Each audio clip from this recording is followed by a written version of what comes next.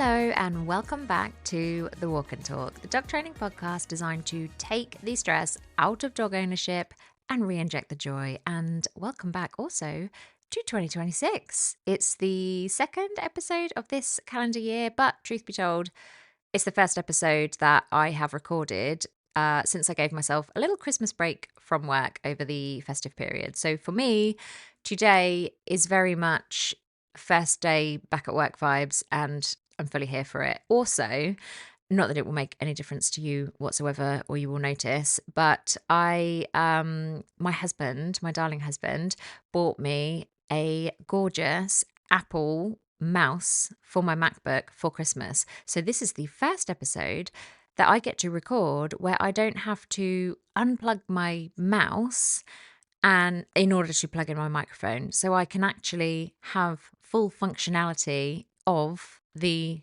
recording program whilst I am recording, which is a dream and a delight and makes life a lot easier for me.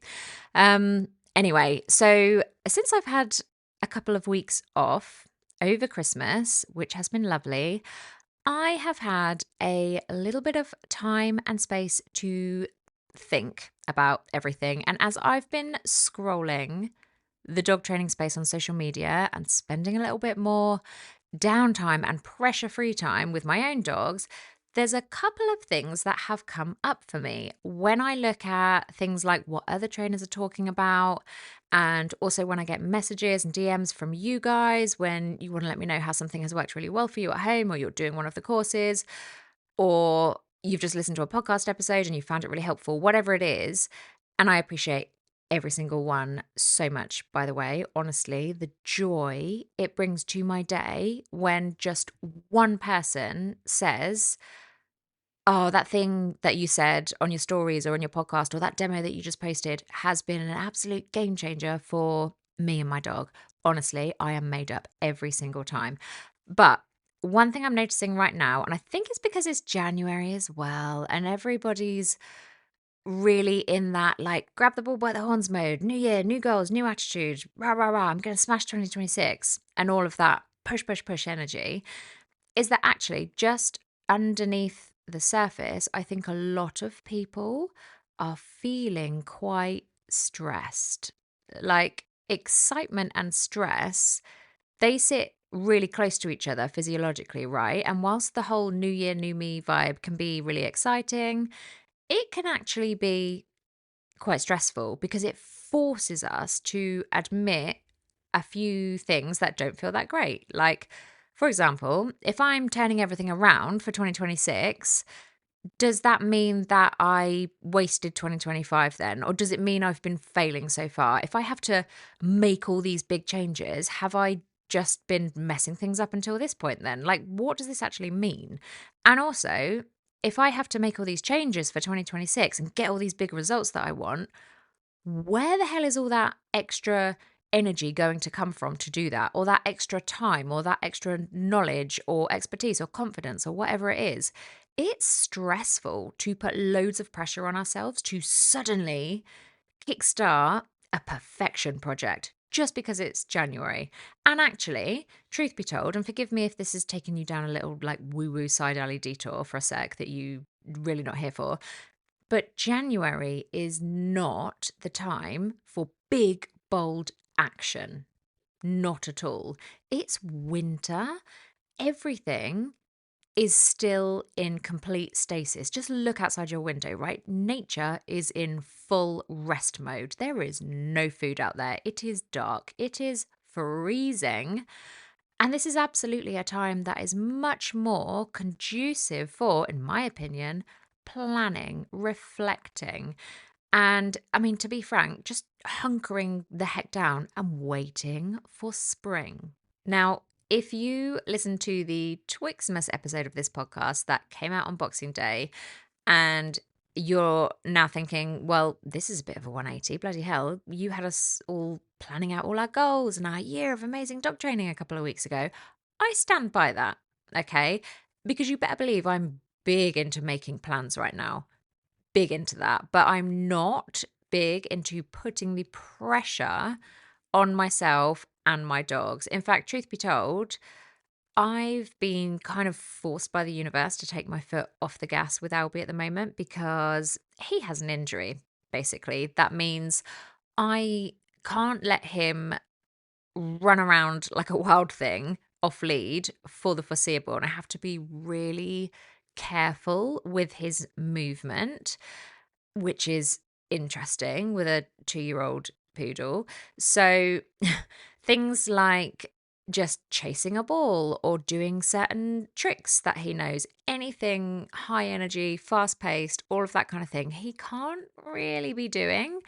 And instead, we now have a whole load of slow and steady physio stuff to be working through. Now, in a way, that's really not where I wanted to be right now at all. But in another way, I do believe everything happens for a reason. And so when I'm trying to look for the good in this scenario, it's definitely that we are being forced to slow down this winter. We are being forced to focus on the things that do not get drilled at 100 miles per hour, but like the more boring stuff like settling, stationary impulse control, slow stretches, core workouts, all the stuff that probably doesn't look or feel as exciting as tricks and games, but actually is maybe even more powerful and useful long term. So, to come back to my original point, I'm just noticing there's a worry or an anxiety floating around out there like, what if I'm not doing it right? What if I can't do it? What if I make my reactive dog worse? What if I'm making my dog more hyperactive, not less? What if it's not enough exercise? What if it's too much exercise? So on and so on, right? And by the way, I'm a total victim of this too, because my dogs are not perfect at all. And there's an irritating tiny part of me that thinks they should be. They should be absolutely perfect because of what I do for a living, but they're not. They are not perfect and they never will be because they're sentient creatures, aren't they? At the end of the day, they're not iPhones. And perfection is the wrong thing to put pressure on ourselves to achieve. What we should really want to achieve is a relationship with our dogs that brings us joy, a decade of adventure with our dogs that truly lights us up, a solid understanding of our dogs and who they are and what they need so that we can deliver the life that will ensure that they thrive. A communication system that means that our dogs can succeed at a high level under all the human pressure that we constantly expose them to. A partnership, ultimately, that we look forward to being a part of every single day rather than dreading it. My life goal and my purpose with all the work I do has never been to help you achieve a robotically obedient dog or anything like that, but it's always been to get you to a place where you are just excited to wake up every morning and remember that there's a dog sat there waiting for you. I want you to be infused about all the cool things that you might learn to do together. I want you to feel happy about the walks and adventures that you might take together. And I want you to feel so content of an evening when you're both at the end of your day together on the sofa because it's just been an amazing day. That's all I want. And your dog doesn't need to be perfect for you to have all of that. Of course, there are skills they could have that would make that life a whole lot more attainable. And you know, I'm here for teaching all of those skills. Of course, I am. But the goal, the end goal of it all, has never been perfection. It's always been the joy of the partnership. It's never been the end result of all the training that goes in. It has always been the training itself and the walks and the games and the time spent together and everything that happens in between. That's the goal. And that's the bit we are supposed to enjoy. And yet at the moment, I feel like those are all the things that are actually filling everybody with stress and anxiety. So if you are listening to this whilst you are out walking your dog right now, I want you to just take a breath for a second. Drop your shoulders, unclench your jaw, because today's episode is not about fixing your dog at all. And I say fixing in inverted commas, obs. It's about how I want you to feel about your dog, because the point I've been trying to make via the medium of long winded rambling for the past few minutes is that basically the single biggest thing I am here to change as a dog trainer is not your dog's behavior. It's your emotional relationship with your dog. If you feel constantly worried, defeated, on edge, behind, like you're getting it all wrong, it doesn't really matter how good the training plan is. Your nervous system is already in survival mode, and that is not a fun energy to sit in.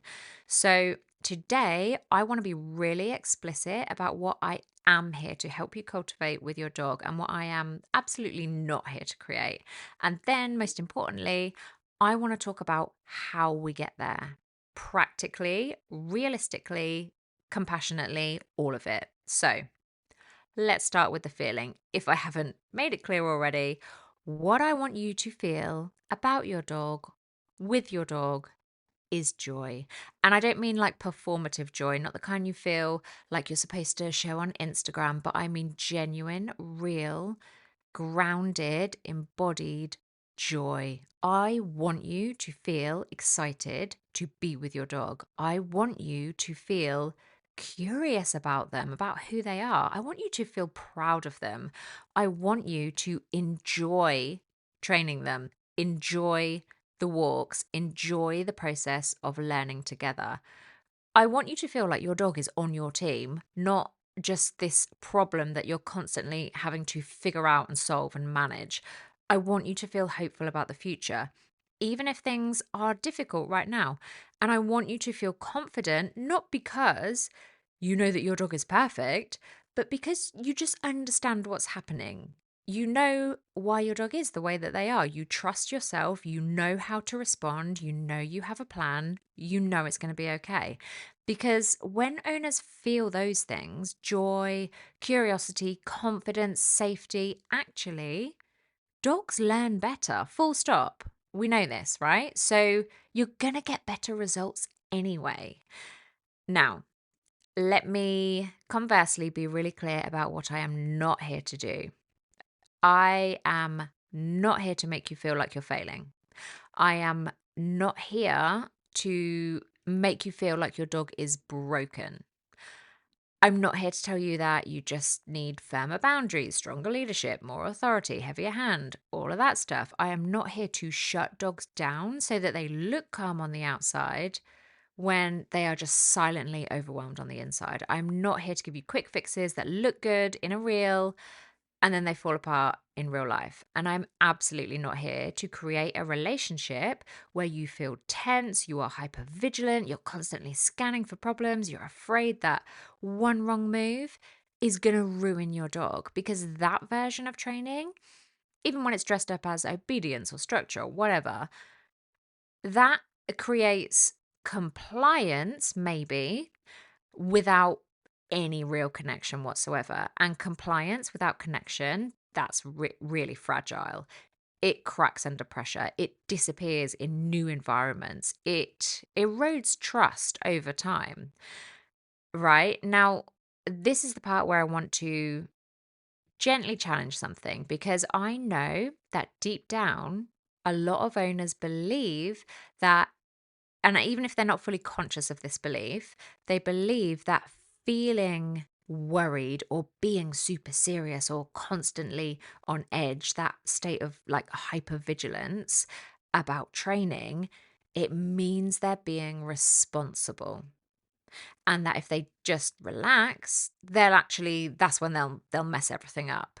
And that if they just enjoy their dog before the behavior is perfect, they are somehow rewarding the wrong thing and they're going to make everything worse. But truthfully, stress does not create better learning for you or your dog from a neuroscience perspective. And we know this, don't we? Because she's harped on about it ad infinitum in previous episodes, but it's true.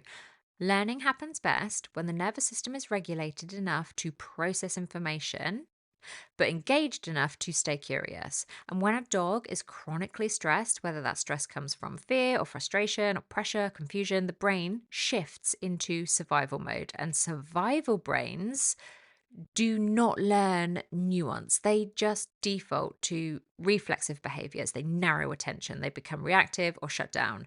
And the same is true for humans, by the way. If you are constantly feeling overwhelmed, behind, judged, your brain is not in a great state for learning either. So, if I could change one thing in the dog training world, it would be this idea that progress requires pressure.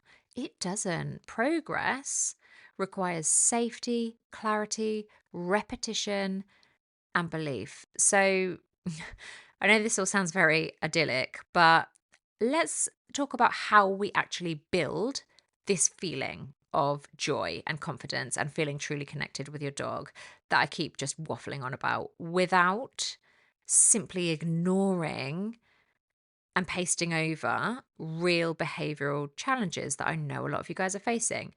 Because this isn't about pretending things are fine when they're not. I'm not trying to force feed you any kind of toxic positivity, but it's about working with biology instead of against it. So, the first pillar of this plan is understanding. When you understand why your dog is doing what they're doing, behavior stops feeling personal. Ultimately, your dog isn't being difficult. They're not just actioning some kind of vendetta because you did them dirty with a shorter walk than usual this week. Dogs simply don't operate in that way at all. They are responding to their nervous system, their learning history, their genetics, their environment, whatever the information is that is available to them in that moment. Reactivity is not stubbornness. Adolescent chaos is not well, kind of is defiance in a way, but not like in a dickhead way. It's like a biologically informed behavioral pathway that happens during adolescence for specific reasons that have to do with determining safety, hangovers from old canine social structures, how they work in the wild. If you want to go deep on all of that, go back and listen to the podcast episode on adolescence. But it's not defiance just for defiance sake, shall we say, right? And likewise, poor recall is not just disrespect, it's all information. And when owners move from judgment or frustration or feeling slighted over to curiosity, to detective work, to, oh, okay, what can I learn from what's just happened and carry forward, everything shifts. So instead of thinking, oh my God, why won't you just listen? You need to start thinking, what is it that is making this hard for you to listen right now? Instead of, well, they know better, I know they know how to do this, think, what skill is missing here that would actually help make this easier? And that one shift alone reduces frustration massively. And then the second pillar is nervous system safety, which is the part that so many training plans can skip over because before we ask dogs to focus, respond, disengage from triggers, or just generally make good choices, we need to make sure their baseline arousal is manageable. A dog who is chronically overstimulated, under recovered, emotionally flooded, they cannot consistently access learned behaviors. They just can't. I've talked about it before about how the brain works, how learning is processed and stored and applied. And if your dog has a chronic issue with baseline stress, you may as well assume they haven't learnt the things you've taught them. Certainly not reliably, because the part of the brain that holds the key to unlock all of those knowledge vaults with all of that banked learning inside, that part of the brain will just not be consistently in the room to unlock all of that stuff. But that doesn't mean that we stop training. It means we train regulation alongside the practical skills. And that looks like building in decompression. It looks like prioritizing sleep, like choosing environments really thoughtfully. It looks like teaching dogs how to settle, how to pause, how to downshift. Side note, all of the kind of stuff that I am being forced to focus on with Albie this January. And this is a really important one for all owners to take on board. It also looks like helping owners to regulate themselves because dogs are exquisitely sensitive to human emotional states. If you are holding your breath on walks, you are bracing for something to go wrong, you're tightening the lead every time you see another dog, your dog feels that. They know what's going on and they're absorbing it. So part of my job is not just fixing the dog in isolation, but helping you feel safe enough to loosen up as well. And those of you who have done my online engagement training program, or maybe you're currently doing it now, you guys will know there is content in there that is for the human to work through as well, not just training to be delivered to the dog, because where your head is at, that matters. Okay. The third pillar is engagement. Now, engagement is not simply obedience. Engagement is your dog choosing to orient to you because you are relevant, you are predictable, and you are emotionally rewarding. It is built through play, reinforcement, clarity, shared success, stacking up the wins together, putting in the work in a way that is positive for both of you. Because when engagement is strong, all training actually feels lighter. It feels fun. You will start to get just as much out of it as your dog does because you will stop micromanaging. You stop nagging. You stop feeling like everything is a battle all the time because you come to a point where actually you both want to be there. And finally, the fourth pillar is realistic expectations. We got to keep it real. Like I said at the top of the episode, dogs are not robots. They're not iPhones. They're not washing machines. They are sentient, intelligent, emotionally profound creatures. They have developmental stages. They have off days, don't we all, right? They can have really big feelings sometimes. I'm sure we've all been there ourselves. I know I have. They have sensory thresholds, individual preferences, personalities, all the rest of it. You name it, they've got it. And when we expect perfection, all we end up creating for ourselves is chronic disappointment.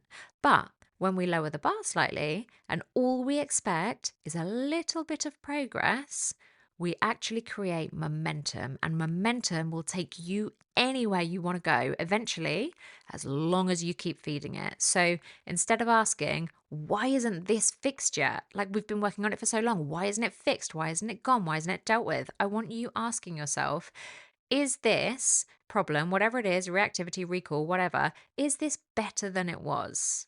Is it just better than it was a week ago, a month ago, last year? Better regulation, better recovery, better communication, whatever it is, those are all wins. Has your reactive dog stopped completely reacting to other dogs? No, maybe not. Have they stopped reacting to other dogs at a distance? Do they now recover a whole lot faster?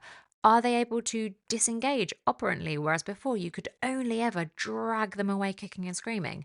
That's incredible progress. Celebrate that stuff.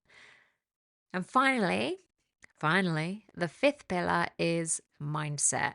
Now, I touched on this already, right? Because it really matters. If your inner narrative is just constantly, I'm terrible at this, I can't do this, everyone else is doing better, everyone else makes it look easy, my dog is embarrassing, my dog is a nightmare, I got the wrong dog. You are training from a place of threat, a place of panic, a place of feeling like there's this standard of success that you've fallen behind and you're desperately trying to catch up to. And that feels really shit. But if your narrative becomes, we are learning. This is all information, this is knowledge, this is tools, this is stuff that I can work with. We are allowed to take our time. There is no deadline for this stuff. It takes what it takes. It's okay. Your nervous system settles, and so does your dog's.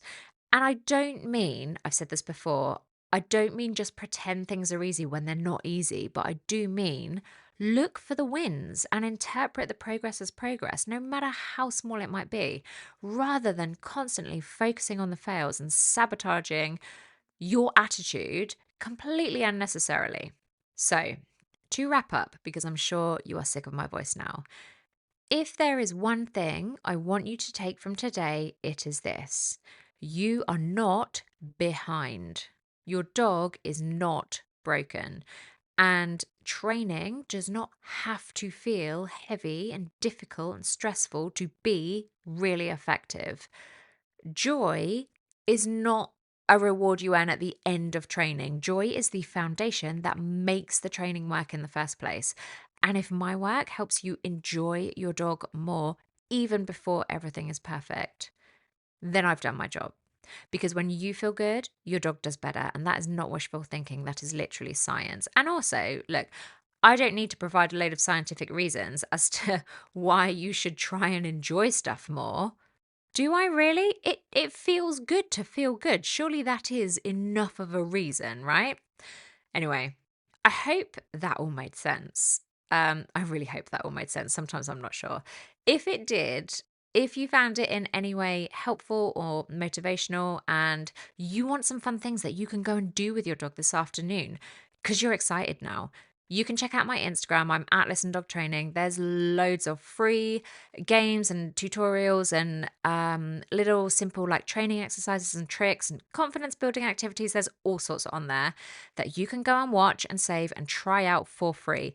And if you want something more in depth, something more goal specific, like a recall plan or a reactivity plan, or you want to check out my engagement program or something else entirely, there's a wealth of options available on my website, listendogtraining.com, designed to support you to train together at home with all the information, all the games, all the exercises that you need to achieve those goals with your dog.